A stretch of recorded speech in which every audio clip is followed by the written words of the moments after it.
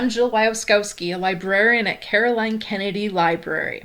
I'm into crafts that repurpose or upcycle items that typically gather in drawers or we're planning to drop in our recycling bins.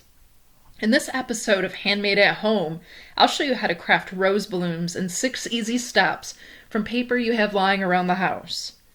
These cheerful blooms can be crafted into a simple bouquet for a vase or left loose to adorn a wrapped gift. Let's get started. Step 1. Gather your supplies. The supply list for this craft is pretty simple, stuff you probably have tucked away at home.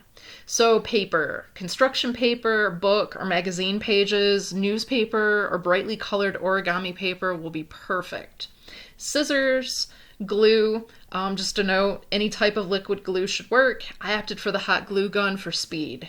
Pencil, a pen works just fine. You'll need something to draw or trace a circle. And now for the optional items. So, a round object. We'll be using a cutout circle to create a paper rose. Your circle does not need to be perfect. Perfect flowers are so rare. So feel free to sketch a circle if you wish. Otherwise, you can trace around a round object. Markers, if you want to add color to your edges of your petals, markers would be perfect. I used like these fine point marker pens. And skewers. I have these little wooden skewers that we bought to do shish kebabs, and they were tucked away in a pantry. So you only need these if you wish to make a bouquet to go in a vase. Step 2. Draw or trace your circle. Keep in mind, the larger the circle, the larger your flower will be. Reminder, your circle does not have to be perfectly round. In fact, freehanding your circle or using an oval will add some character to your bloom. After you have your circle, cut it out. Step 3. Making the swirl. There are a couple of ways to go about this step. One way, draw a swirl or a curved maze on your paper and leave a semicircle or node in the center, or just be brave and cut your paper. Keep in mind that the tighter the swirl you draw or cut, the tighter your bloom will look when you're rolling the paper. Step 4. If you haven't already, it is time to cut out your swirl. Let your scissors follow the lines you drew until you reach the semicircle in the center. This piece will become the bottom petal and where you'll add glue in a later step.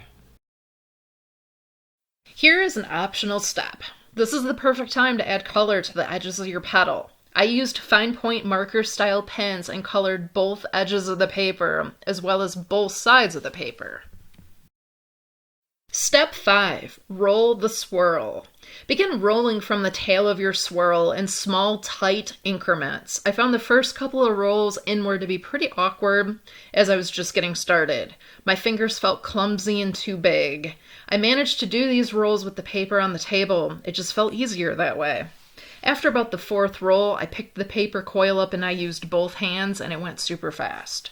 So now you'll continue rolling until you get to the center of the swirl, where the semicircle or node is. At this point, you're done rolling, and you can set your tight coil on top of that little piece of paper. This is where you'll apply the glue in the next step. Step 6. Depending on what you have in mind for your paper rose bloom, this may be your last step, applying the glue to hold your flower together. To do this, lift up your coiled bloom so that the semicircle or node is exposed and apply a small dab of glue. Set your bloom down and gently apply a bit of pressure. Voila, you are done. Once you get the hang of rolling, you can create simple paper roses in just a few quick minutes. If you want to make a bouquet, stay tuned. It's on the next slide. This last step is completely optional if you wish to create a bouquet for a vase. I went and found the vase I wanted to use first, as this let me determine how long the skewers needed to be. I used scissors to trim the skewers. It was pretty quick and easy to do. To attach the skewer, I flipped each bloom upside down and put a sizable gob of glue on the base of the semicircle, and I stuck the end of the skewer in the glue while supporting it so that it would dry properly. A couple of the skewers were intentionally tilted to allow the blooms to be more visibly arranged in the vase.